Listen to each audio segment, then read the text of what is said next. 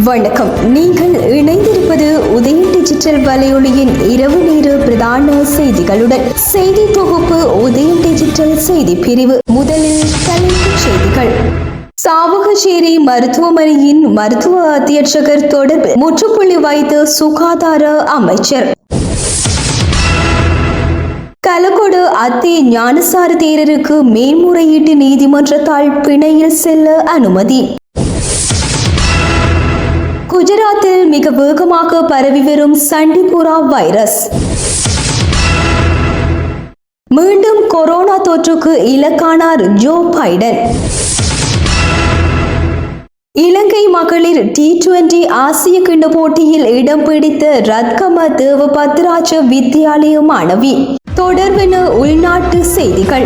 சாவகச்சேரி மருத்துவமனையின் மருத்துவ அத்தியட்சகர் நியமனம் தொடர்பில் நிலவிய சர்ச்சைக்கு தற்போது முற்றுப்புள்ளி வைக்கப்பட்டுள்ள நிலையில் மருத்துவர் ராமநாதன் அர்ச்சுனா கொழும்புக்கு புறப்பட்டு சென்றுள்ளார். சாவகச்சேரி மருத்துவமனையில் கடந்த 2 வாரங்களாக குழப்ப நிலைமை காணப்பட்டது. மருத்துவமனையின் மருத்துவ அத்தியட்சகர் நியமனம் தொடர்பில் ஏற்பட்டிருந்த சர்ச்சையாலேயே இந்த குழப்பம் ஏற்பட்டிருந்தது. மருத்துவர் அர்ச்சுனா மற்றும் மருத்துவர் ரஜீவ் ஆகியோர் தாமே மருத்துவ அத்தியட்சகர் என்று கூறி வந்த நிலையில் நேற்று கொழும்பில் இருந்து யாழ்ப்பாணம் வந்திருந்த சுகாதார அமைச்சர் ரமேஷ் பத்ரன மருத்துவர் ரஜீவி மருத்துவமனையின் மருத்துவ அத்தியட்சகராக பதவியை தொடர்வார் என்று தெரிவித்திருந்தார். இந்த நிலையில் மருத்துவர் அர்ச்சுனா தற்போது கொழும்புக்கு புறப்பட்டு சென்றதாகவும் வடக்கு சுகாதாரத்துறையில் ஊழல்கள் மலிந்துள்ளன என்று குறிப்பிட்டுள்ள மருத்துவர் அர்ச்சுனா மீண்டும் வடக்கு மாகாணத்துக்கு வரும் எண்ணம் இல்லை என்று தெரிவித்துள்ளார். மேலும் அவர் வடக்கில் உள்ள அரசியல்வாதிகளை கடுமையாக விமர்சித்துள்ளதுடன் அவர்கள் மக்கள் நலன் சார்ந்து சிந்திக்கவில்லை என்றும் தெரிவித்துள்ளார்.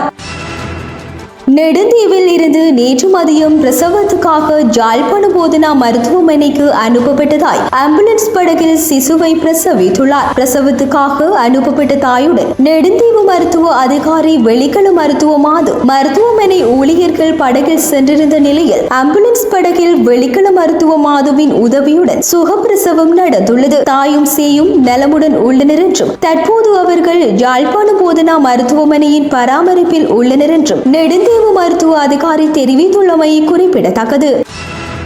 ஸ்ரீலங்காவில் உள்ள 7 அரசு மருத்துவமனைகளில் சிடி ஸ்கேனர்கள் பழுதடைந்துள்ளன என்றும் அதனால் நோயாளர்கள் மற்றும் சுகாதார பணியாளர்கள் கடும் நெருக்கடிக்கு உள்ளாகியுள்ளனர் என்றும் அரசு கதிரியக தொழில்நுட்ப வல்லுநர்கள் சங்கம் தெரிவித்துள்ளது. நாட்டில் உள்ள 44 மருத்துவமனைகளிலேயே சிடி ஸ்கேனர்கள் உள்ளன. நாட்டில் உள்ள 44 மருத்துவமனைகளிலேயே சிடி ஸ்கேனர்கள் உள்ளன. அவற்றில் 7 ஸ்கேனர்கள் முற்றுமுழுதாக பழுதடைந்துள்ளன என்று அச்சங்கம் தெரிவித்துள்ளது. சிடி ஸ்கேனர்கள் செயலிழந்துள்ளதால் நோயாளர்களை ஸ்கேன் செய்வதற்கு வேறு மருத்துவமனைகளுக்கு அனுப்ப வேண்டியுள்ளது. இதனால் மருத்துவமனைகள் நெருக்கடிகளுக்கு முகம் கொடுத்துள்ளன என்றும் இதனால் அதிக செலவீனம் ஏற்படுகின்றது என்றும் தெரிவிக்கப்படுகின்றது.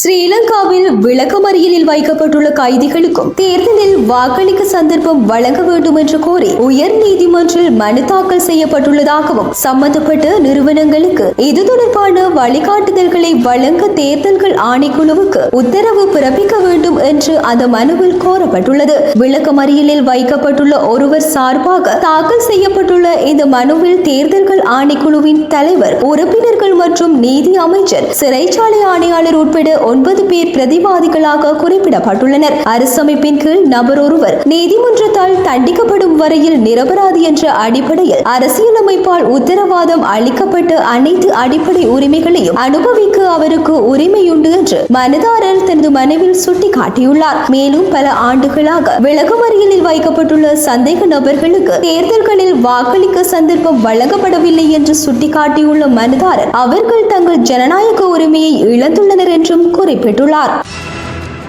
4 ஆண்டுகள் கடூழிய சிறை தண்டனை விதிக்கப்பட்டிருந்த கலகொடு அத்தி ஞானசார தேரர் மேன்முறையீட்டு நீதிமன்றத்தால் பிணையில் செல்ல அனுமதிக்கப்பட்டுள்ளார். சர்ச்சைக்குரிய கருத்துக்களை தெரிவித்த குற்றத்துக்காக அவருக்கு 4 ஆண்டுகள் கடூழிய சிறை தண்டனை விதிக்கப்பட்டிருந்தது. அவர் மேன்முறையீட்டு நீதிமன்றில் தாக்கல் செய்திருந்த பிணை கோரிக்கை மனுவை ஆராய்ந்த நீதிமன்றம் அவரை பிணையில் செல்ல அனுமதித்துள்ளது. அண்மை காலமாக ஞானசார தேரரை பொது மன்னிப்பில் விடுவிக்க வேண்டும் என்ற கோரிக்கை பௌத்த கடும் போக்கு போக்குவாதிகளிடம் இருந்து எழுந்திருந்த நிலையில் ஸ்ரீலங்காவின் சிங்கள பௌத்த தேசியத்துக்காக ஞானசார தேரர் கடந்த காலங்களில் குரல் எழுப்பினார் என்றும் அவரை பொது மன்னிப்பில் விடுதலை செய்ய வேண்டும் என்றும் பிரதான பௌத்த மத குருக்கள் ஜனாதிபதி ரணில் விக்ரமசிங்கவுக்கு கடிதம் ஒன்றை அனுப்பியிருந்தனர். நாடு தேர்தல் ஒன்றை எதிர்பார்த்திருக்கும் சூழ்நிலையில் ஞானசார தேரர் மேன்முறையீட்டு நீதிமன்றால் பிணையில் செல்ல அனுமதிக்கப்பட்டுள்ளதாக தெரிவிக்கப்பட்டுள்ளமை குறிப்பிடத்தக்கது.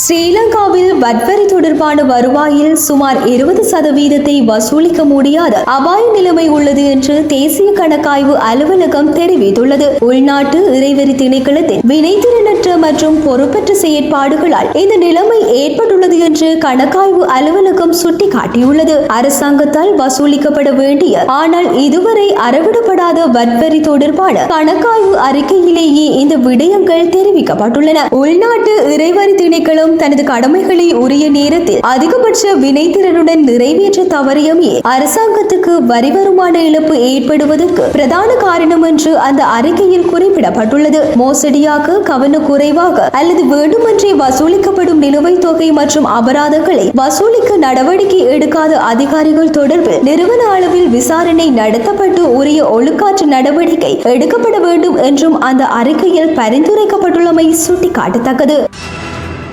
ஸ்ரீலங்காவில் திரையரங்குகளுக்குள் கைபேசிகளை கொண்டு செல்வது தொடர்பாக புதிய சட்டம் ஒன்றை இயற்ற வேண்டும் என்று திரைப்பட இயக்குநர்கள் சங்கம் வேண்டுகோள் விடுத்துள்ளது. திரையரங்குகளுக்குள் கைபேசிகளை கொண்டு செல்வதை தடுப்பதற்கு புதிய சட்டம் ஒன்று இயற்றப்பட வேண்டும் என்றும் திரைப்பட கூட்டுத்தாபனம் இது தொடர்பில் தலையிட்டு சட்ட ஏற்பாடுகளை தயாரிக்க வேண்டும் என்றும் திரைப்பட இயக்குநர்கள் சங்கம் கோரியுள்ளது. கடந்த காலங்களில் கைபேசிகளை திரையரங்குக்குள் கொண்டு செல்வதால் ஏற்பட்ட சில சம்பவங்களை அடுத்தே இந்த கோரிக்கை முன்வைக்கப்படுகின்றது என்றும் திரைப்பட இயக்குநர்கள் சங்கம் சுட்டிக்காட்டியுள்ளது. தொடர்பென இந்திய செய்திகள்.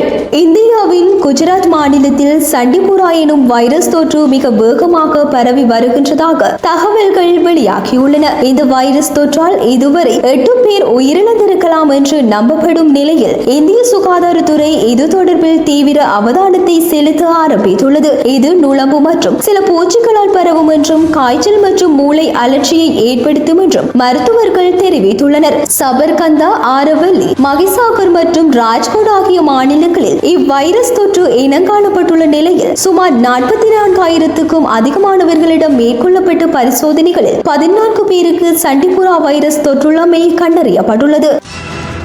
இந்திய பிரதமர் நரேந்திர மோடிக்கு எதிராக தாக்கல் செய்யப்பட்டிருந்த வழக்கு பெங்களூர் நீதிமன்றத்தால் தள்ளுபடி செய்யப்பட்டுள்ளது. தேர்தல் பிரச்சாரத்தின் போது முஸ்லிம் சமூகத்தினரை அவமதிக்கும் வகையில் கருத்து தெரிவித்தமைக்கு எதிராக தாக்கல் செய்யப்பட்டிருந்த வழக்கை தள்ளுபடி செய்யப்பட்டுள்ளது என்று இந்திய செய்திகள் தெரிவிக்கின்றன. இந்திய மக்களவை தேர்தல் கடந்த ஏப்ரல் மற்றும் மே மாதங்களில் நடைபெற்றது. அப்போது பரப்புரை கூட்டம் ஒன்றில் உரையாற்றிய பிரதமர் நரேந்திர மோடி காங்கிரஸ் கட்சிக்கு வாக்களித்தால் அவர்கள் நாட்டின் வளங்களை முஸ்லிம் சமூகத்திற்கு பிரித்து கொடுப்பார்கள் என்று கூறியிருந்தார். பிரதமர் மோடியின் இந்த கருத்து சர்ச்சையை ஏற்படுத்திய நிலையில் காங்கிரஸ் மற்றும் கூட்டணி கட்சியினர் மோடிக்கு எதிராக கண்டனங்களை வெளியிட்டிருந்தனர். பிரதமர் நரேந்திர மோடி ஒரு சமூகத்தை தாக்கி பேசினார் என்று பெங்களூரை சேர்ந்த ரகுமான் என்பவர் மக்கள் பிரதிநிதிகள் சிறப்பு நீதிமன்றத்தில் வழக்கு தாக்கல் செய்திருந்தார். வழக்கு நேற்று விசாரணைக்கு எடுத்துக் கொள்ளப்பட்ட போது இருதரப்பு வாதங்களையும் கேட்ட நீதிபதி சிவகுமார் பிரதமர் நரேந்திர மோடியின் கருத்து பெரிய அளவில் தாக்கத்தை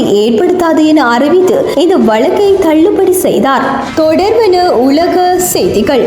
அமெரிக்க ஜனாதிபதி ஜோ பைடன் கொரோனா தொற்றுக்குள்ளாகி இருப்பது உறுதி செய்யப்பட்டுள்ள நிலையில் அவர் இன்று அனைத்து அரசியல் பரப்புரை கூட்டங்களையும் ரத்து செய்துள்ளார். பைடனுக்கு நோய் தொற்று அறிகுறிகள் தென்பட்டதை அடுத்து மேற்கொள்ளப்பட்ட பரிசோதனைகளில் அவருக்கு கொரோனா தொற்றுள்ளமை உறுதி செய்யப்பட்டுள்ளது என்று வெள்ளை மாளிகை தெரிவித்துள்ளது. டெலாவேரின் ரெஹோபோத்தில் உள்ள அவரது கடற்கரை வீட்டில் தனிமைப்படுத்தப்பட்டுள்ள ஜோ பைடன் கொரோனா தொற்றுக்காக சிகிச்சை பெற்று வருகின்றார் என்று வெள்ளை மாளிகையின் ஊடக செயலாளர் கரீன் ஜீன் பியர் தெரிவித்துள்ளார். தனிமைப்படுத்தப்பட்டுள்ள இடத்தில் இருந்து அவர் தனது கடமைகளை செய்வார் என்று தெரிவித்துள்ள ஜீன் பியர் அவரது நோய் அறிகுறிகள் மிக குறைவாகவே உள்ளது என்றும் குறிப்பிட்டுள்ளார். அமெரிக்க ஜனாதிபதி தேர்தல் நெருங்கி வரும் நிலையில் பைடன் தனது பரப்புரை நடவடிக்கைகளை முழு வேகத்தில் முன்னெடுத்து வந்தார். அவருக்கு ஏற்பட்டுள்ள கொரோனா தொற்று அவரது பரப்புரை நடவடிக்கைகளை பாதிக்கும் என்று சர்வதேச ஊடகங்கள் தெரிவித்துள்ளமை குறிப்பிடத்தக்கது.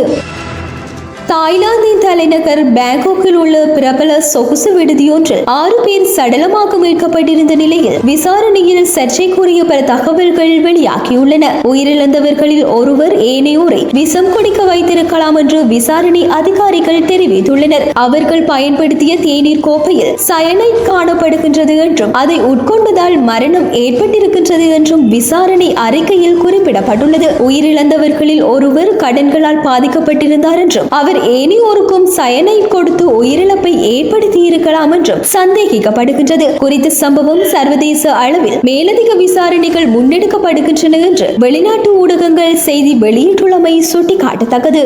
தொடர்வென விளையாட்டு செய்திகள். 8 நாடுகள் பங்கு பெற்றும் மகளிர் T20 ஆசிய கிண்ண கிரிக்கெட் ஆட்டத்தை முன்னிட்டு தெரிவு செய்யப்பட்டுள்ள இலங்கை மகளிர் அணியில் 15 வயதான சுழல்பந்து வீச்சாளர் சசனி ஹிம்ஹானி வைத்திய ரத்னாவுக்கு வாய்ப்பு வழங்கப்பட்டுள்ளது. ரத்கம தேவபத்ராஜ வித்தியாலய மாணவியான சசனி 19 வயதுக்குட்பட்டு இங்கிலாந்துக்கு எதிரான இருவகை மட்டுப்படுத்தப்பட்ட பந்து பரிமாற்ற கிரிக்கெட் ஆட்டங்களில் சிறப்பாக பந்து வீசியதை அடுத்து அவர் மூத்த அணியில் இடம் பிடித்துள்ளார். இதேவேளை அபுதாபியில் நடைபெற்ற மகளிர் T20 உலக கிண்ண தகுதிகான் சுற்றில் மூத்த அணியில் அறிமுகமான அவர் தற்போது நிரந்தரமாக அணியில் இடம் பிடித்துள்ளதாக தெரிவிக்கப்பட்டுள்ளது. இலங்கைக்கு சுற்றுப்பயணம் மேற்கொள்ள உள்ள இந்திய அணி 3-20 மற்றும் 3 ஒருநாள் ஆட்டங்கள் கொண்ட தொடரில் விளையாட உள்ளது. இத்தொடரின் 20-20 ஆட்டங்கள் கண்டி பல்லேகலை விளையாட்டரங்கிலும் கொழும்பு ஆர் பிரேமதாச விளையாட்டரங்கிலும் இடம்பெற உள்ளன. ஒருநாள் போட்டிகள் கொழும்பு ஆர் பிரேமதாச விளையாட்டரங்கிலும் இடம்பெற உள்ளன. இதற்கமைய இலங்கைக்கு சுற்றுப்பயணத்திற்கான இந்திய அணியை தெரிவு செய்வதற்கான கூட்டம் நேற்று நடைபெறவிருந்த நிலையில் இக்கூட்டம் இன்று நடைபெற்றிருந்தது. இந்த நிலையில் இரு அணிகளுக்கும் இடையிலான ஒருநாள் போட்டிகளில் இந்திய அணி தலைவராக ரோஹித் சர்மா விளையாட உள்ளதாக செய்திகள் தெரிவிக்கின்றன. இத்துடன் உதயன் டிஜிட்டல் வலையொலியின் இரவு நேர பிரதான செய்திகள் நிறைவடைகின்றன. தொடர்ந்தும் நாளை காலை நேர செய்தி சுருக்கத்துடன் இணைந்திருங்கள். வணக்கம்.